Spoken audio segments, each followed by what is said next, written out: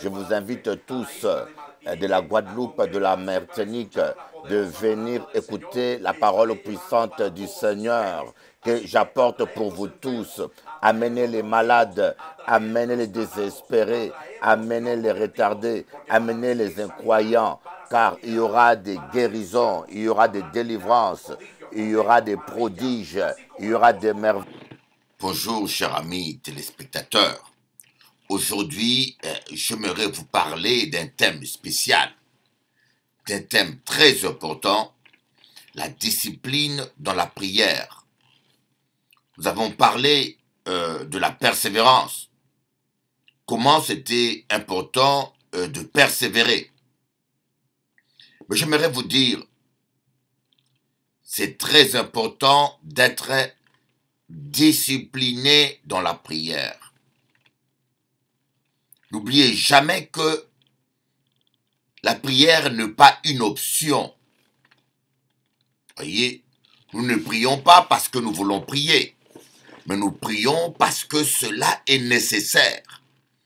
Cela est vital. Et d'abord, j'aimerais vous expliquer c'est quoi prier. Parce que là, on nous a parlé de prière. Il y en a qui pensent que prier, c'est lire des récitations, et dire 25 fois je vous salue Marie, ou bien lire 10 fois Notre Père, ou aller lire des psaumes à haute voix. Psaume 91, certains disent c'est contre les ennemis, et psaume 23, c'est pour la protection. On donne un pouvoir occulte et magique aux psaumes. Alors que des psaumes, la plupart sont des déclarations de foi de David. David est déclaré par la foi. Il ne parlait pas à Dieu, mais il déclarait par la foi. L'Éternel est mon berger, je ne manquerai de rien. Aucun malheur ne m'atteindra. Psaume 91. C'était des proclamations de foi. Prier, c'est parler avec Dieu. Prier, c'est parler avec Dieu. Voyez, prier, c'est parler avec Dieu. Et je me tente de fois, des gens disent, j'ai des problèmes, mais en passant, avec qui m'ont parlé. Je vois des fois des chrétiens qui disent, Seigneur, pasteur, j'ai des problèmes. Je souffre de solitude. Je ne sais pas avec qui parler. Alors que vous avez un Dieu qui veut vous écouter. Jésus-Christ dit clairement, venez à moi, à vous tous qui êtes fatigués et chargés, et je vous donnerai du repos. Et je vous donnerai du repos. C'est-à-dire que lorsque nous allons vers Dieu, lorsque nous prions, lorsque nous confions réellement nos problèmes à Dieu, croyez-moi, lorsqu'on le fait avec foi, Dieu s'en charge. C'est comme si le Haut-Calais parlait avec avocat là. Quand tu vas aller parler avec un avocat, tu vas devant l'avocat, tu lui confies ton dossier, tu lui confies les éléments, les preuves, tout ce que tu as, et l'avocat prend ta cause et il s'en charge. Voyez, Dieu est plus fidèle, a plus d'amour que le juge unique. Faites-lui confiance. Voilà pourquoi la Bible dit, faites connaître à Dieu tous vos besoins. Voilà pourquoi Jésus-Christ s'est dit, venez à moi, vous tous qui êtes fatigués et chargés. Et venez à moi, vous tous qui êtes fatigués et chargés. Mais j'aimerais vous dire un peu, parce que des fois nous parlons de la prière, mais il y en a qui ne comprennent pas ce que c'est que la prière. Prier, c'est parler avec Dieu. Prier, c'est parler avec Dieu de cœur à cœur. Tu n'as pas besoin. C'est comme si, quand tu parles à ton mari, tu parles à tes enfants, tu parles à tes collègues, tu ne lis pas un papier. Tu ne fais pas une récitation. Tu parles et tu es en communion avec quelqu'un. Prier, c'est ouvrir son cœur et parler avec Dieu. Ce n'est pas la qualité de tes phrases. Ce n'est pas le bon sens de ton français. Ou ce n'est pas, la prière ne dépend pas de la langue. C'est pas parce que tu as prié en français que celui qui a prié en créole ne sera pas exaucé, ou que tu seras mieux exaucé parce que tu as fait de belles phrases. Dieu regarde le cœur. Dieu regarde la sincérité du cœur. Donc prier, c'est parler avec Dieu. Prier aussi, c'est écouter Dieu. Dieu nous parle. Vous comprenez? Quand vous parlez à Dieu, attendez-vous à ce que Dieu vous parle. Des fois, Dieu nous parle lorsque nous méditons la parole de Dieu. Lorsque nous lisons la Bible, des fois, Dieu nous parle en ce moment-là. Voyez, dans la piscine de Bethesda, les gens qui étaient au bord de la piscine, lorsque l'ange venait secouer l'eau, le premier qui entrait dans l'eau était guéri. Voyez, être au bord de la piscine veut dire simplement être à la lecture de la parole. L'eau représente la parole de Dieu dans la Bible. Lorsque vous êtes au bord de la piscine, lorsque vous êtes en train de lire la parole de Dieu, l'onction vient secouer cette parole, cette lettre, ce logos. Et après, jaillit un réma, une révélation. Quand vous lisez la Bible pendant vos temps de prière, des fois le Saint-Esprit vient secouer la parole que nous lisons et il nous parle au travers de cette parole. Voilà pourquoi c'est important que vous puissiez inclure durant votre temps de prière un moment de lecture de la parole de Dieu. Malheureusement, beaucoup de gens prennent la prière, ils ont une perception occulte ou magico-religieuse de la prière. Ils pensent que le psaume 91 est plus puissant que le psaume 23, ou bien la prière de Sainte Marie, ou bien la prière de Saint Pierre est plus puissant que la prière de Saint Jean. Ils donnent une puissance occulte qui ne vaut même pas la peine, et cela est dû à l'ignorance et surtout au manque d'enseignement. Prier, c'est dialoguer avec Dieu, se parler simplement avec Dieu, se ouvrir son cœur à son Dieu et lui dire ses problèmes. Et j'aimerais vous dire, la prière est très, très importante. Aucun pasteur, aucune église ne peut prendre la place de la prière personnelle dans ta vie. Comprenez-moi, et j'aimerais que vous compreniez aujourd'hui, rien ne vaut plus que la prière personnelle. Vous savez, un jour, moi, j'ai lu tous les évangiles. Je commençais par l'évangile de Matthieu, comme disent nos amis catholiques, de Saint Matthieu, l'évangile de Saint Jean, de Saint Marc, de Saint Luc. Et je constatais une chose, Jésus priait. Je constatais une chose, Jésus priait. Mais je me suis dit, mais pourquoi Jésus priait? Des fois, Jésus passait toute la nuit dans la prière. Croyez-moi, c'est impressionnant. Jésus-Christ passait toute la nuit dans la prière. Il était un homme parfait. Il était un homme qui n'a jamais péché. C'est le seul homme sur terre qui n'a jamais péché. Pouvez-vous comprendre cela? Un homme qui n'a jamais péché. Mais il passait toute la nuit dans la prière.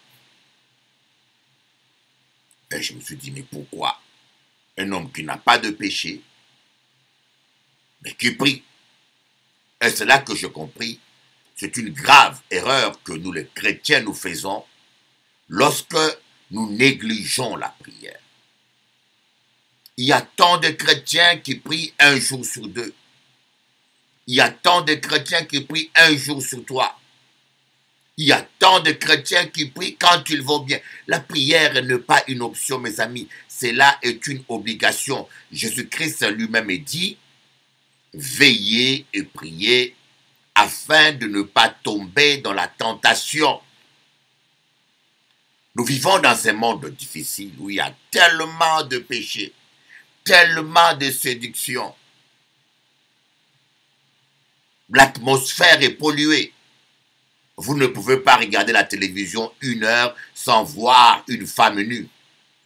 Vous ne pouvez pas regarder la télévision 3 heures sans voir un meurtre, sans voir un cow-boy qui tue un Indien, sans voir un homme qui tue une femme. Il n'y a que ça, le meurtre et l'adultère, l'impudicité dans nos télévisions. Donc les temps sont tellement difficiles.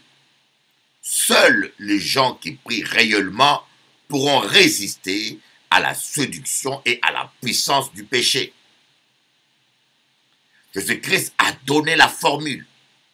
Veillez et priez afin de ne pas tomber dans la tentation. Mais pourquoi aujourd'hui tant de chrétiens négligent la prière? C'est incroyable de voir quelle négligence les chrétiens ont pour la prière. Nous prions 1 fois sur 2, nous prions, et des fois certains chrétiens vont à l'église 1 fois sur 3. Pour avoir ton bac, je pense que pour avoir ton bac, si tu allais à l'école 1 fois par semaine ou une fois tous les 3 semaines, tu n'aurais jamais eu ton bac. Pour ton bac, tu allais tous les jours étudier. Voyez? Mais pour avoir le bac céleste, vous devez tous les jours étudier. Tous les soirs, tout le matin, prier et étudier la parole. Et tous les dimanches, vous devez aller au temple, écouter la parole, prier avec les autres. Voyez, nous négligeons notre vie spirituelle. Nous sommes sérieux quand il faut penser à notre carrière terrestre. Nous sommes sérieux quand il faut obtenir un diplôme périssable. Nous sommes sérieux pour un travail. Je parlais avec une sœur qui m'a dit, Bishop Eli, je suis à 1h30. À 1h30 de l'église. Et elle m'a dit, c'est pas une excuse, Bishop Eli. Je sais. Parce que pour le travail, nous faisons 2 heures par jour de route. Certains font 3 heures même. 1 heure de route. Alors pour Dieu, on devrait faire la même chose. Mes amis, si le Seigneur est aussi important que nos études, si le Seigneur, notre vie spirituelle, est aussi important que notre vie terrestre, nous devons consacrer du temps. Nous devons chercher d'abord le royaume des cieux, donner la priorité à notre âme, donner la priorité à la vie spirituelle. Une femme, c'est comme une femme. Une femme ne vaut pas que sa beauté. Et jeune homme, j'aimerais te dire, nous les hommes, nous regardons toujours l'apparence, mais une femme ne vaut pas que sa beauté. Une femme vaut son cœur. Quand vous rencontrez une femme, regardez d'abord à son cœur. Ne négligeons pas la prière, mes amis. Et moi, je suis convaincu. La discipline que vous avez dans la prière, elle détermine votre réussite. La discipline que vous avez dans la prière est déterminante pour l'accomplissement de votre destinée. Voilà pourquoi Jésus-Christ lui-même, qui était le Fils de Dieu, qui n'avait pas de péché, un homme parfait, il priait. Vous voyez, il y a 2 types de gens. Il y a des gens qui prient beaucoup, mais qui sont dans le péché. Dans Ésaïe 1, on dit, en vain vous priez, en vain vous multipliez des paroles. Dans Proverbe, on dit, la prière du méchant est en horreur à l'Éternel. Quelque part, il est écrit, si quelqu'un détourne son oreille pour ne pas écouter la loi, sa prière même est une abomination. D'autres versions disent un acte horrible. Mais par contre, il y a des gens qui craignent Dieu, qui vivent dans la sainteté, mais qui ne prient pas. Ça, moi, j'appelle des gens religieux. Ils ont la vie en règle, ils sont corrects, ils sont droits, mais ils ne donnent pas le temps à la prière. C'est comme Moïse. Moïse, lorsqu'Israël était en guerre avec Amalek, Moïse priait. Mais la Bible dit que lorsque Moïse baissait les mains, Amalek était le plus fort. Et lorsque Moïse levait les mains, Israël était le plus fort. Moïse ne péchait pas. Écoutez-moi bien. En cas de ça, Moïse nous tenait un petit péché. Moïse craignait Dieu, il ne péchait pas, mais seulement il baissait le main. Voyez, tu peux être dans la sainteté, mais lorsque tu baisses le main dans la prière, tu donnes la victoire à Satan. Voilà pourquoi nous constatons que certaines maladies, certains malheurs qui ne devaient pas nous arriver tant qu'enfants de Dieu, parfois nous arrivent. Et c'est regrettable. La première chose, il faut une discipline dans la prière. Écoutez-moi. J'ai plus de 43 ans de vie chrétienne. Je me suis converti à l'âge de 8 ans. Et ce que je vous enseigne, je ne l'ai pas lu dans un livre. Ce que je vous enseigne, c'est mon expérience de plus de 43 ans de vie chrétienne. Rien ne vaut plus que la discipline dans la prière. Voilà pourquoi l'apôtre Paul était constant dans la prière. Nous devons être constants. Il y a des gens qui prient, mais d'une manière inconstante. Cette semaine, il prie 2 heures. La semaine prochaine, il prie 15 minutes. L'autre semaine qui vient, il prie 3 heures. L'autre semaine qui vient, il ne prie pas du tout. L'inconstance dans la prière est grave. Un psychologue avait dit quelque chose, et ce qui est vrai. Un acte qui est répété régulièrement pendant un mois devient une habitude. Un acte qui est répété régulièrement pendant un mois devient une habitude. C'est quoi un acte répété? Une habitude, c'est quelque chose qu'on fait sans effort. Des fois qu'on peut faire même sans y réfléchir, parce qu'on a l'habitude. C'est quelque chose qui devient naturel.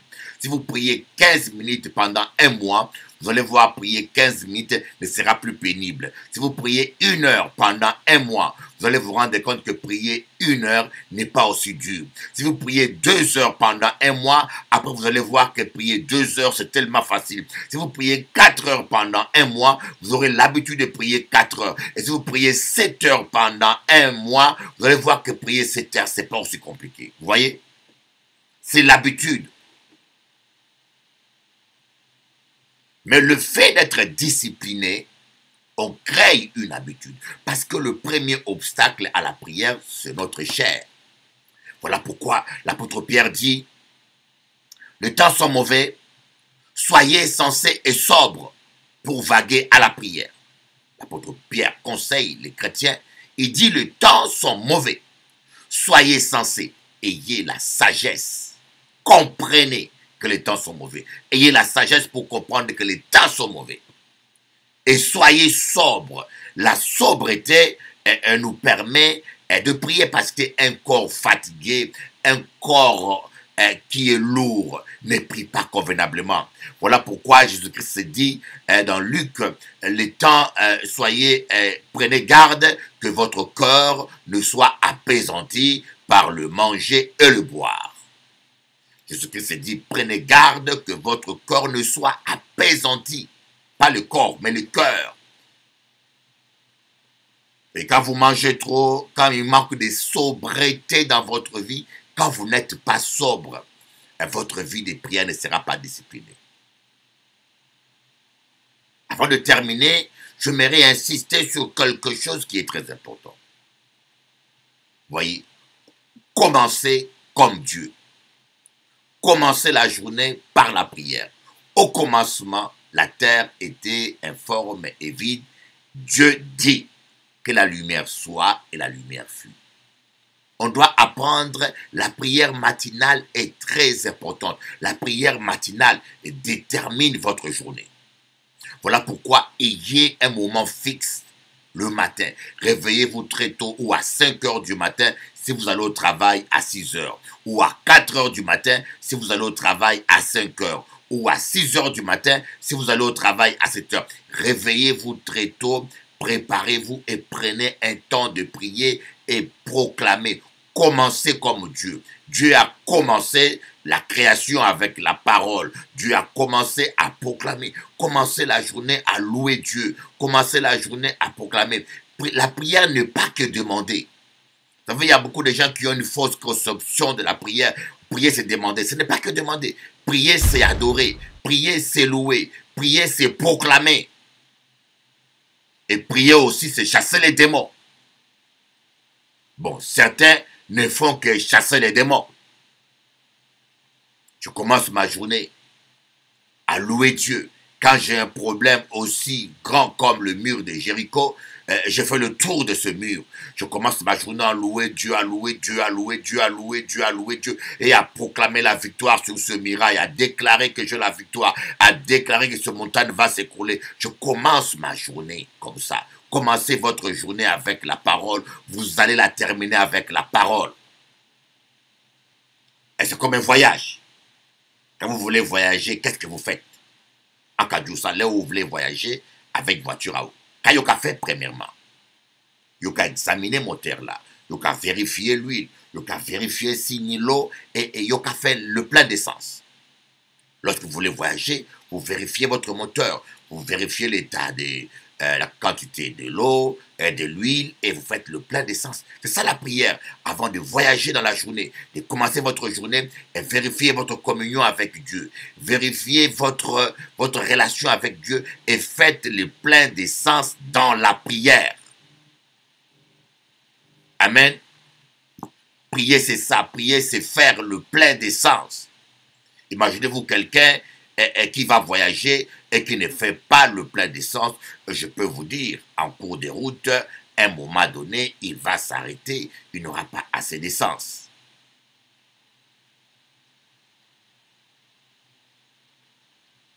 Écoutez-moi bien. La prière matinale est très importante. Si vous voulez passer des journées bénies, si vous voulez passer des journées bénies, ayez la discipline de prier tout le matin aux heures fixes. Quel est l'avantage de prier aux heures fixes? Quand vous priez aux heures fixes, votre corps va s'habituer. Ce ne serait plus un effort. À ces heures-là, vous allez vous réveiller naturellement pour prier. Et prier avec un temps minimal. Un exemple, prier 1 heure, 1 heure, 1 heure ou 30 minutes. Commencez par 15 minutes. 15 minutes, 15 minutes, 15 minutes. Au bout d'1 mois, prier 15 minutes deviendra une habitude. Ce ne serait plus quelque chose à forcer. La discipline de la prière. Et j'aimerais aussi rajouter, c'est important de prier à haute voix quand vous êtes débutante. Priez à haute voix. Pourquoi? Ça vous permet de vous concentrer 2 fois. C'est-à-dire que quand vous priez à haute voix, vous pensez à ce que vous allez dire et vous dites ce que vous pensez. Il y a 2 actes mentaux. Alors que quand vous priez dans le silence avec votre pensée, vous priez qu'une seule fois, par vos pensées. Et vous pouvez facilement penser à autre chose. Vos pensées peuvent vous amener à gauche, à droite. Chers amis, je vous aime beaucoup. Je vous bénis. Je souhaite le meilleur pour vous. Je souhaite le meilleur pour vous. Soyez bénis. À bientôt. Je viens bientôt aux Antilles. Et je suis aussi... Je vous invite tous de la Guadeloupe, de la Martinique, de venir écouter la parole puissante du Seigneur que j'apporte pour vous tous. Amenez les malades, amenez les désespérés, amenez les retardés, amenez les incroyants, car il y aura des guérisons, il y aura des délivrances, il y aura des prodiges. Je vous invite tous de la Guadeloupe, de la Martinique, de venir écouter la parole puissante du Seigneur que j'apporte pour vous tous.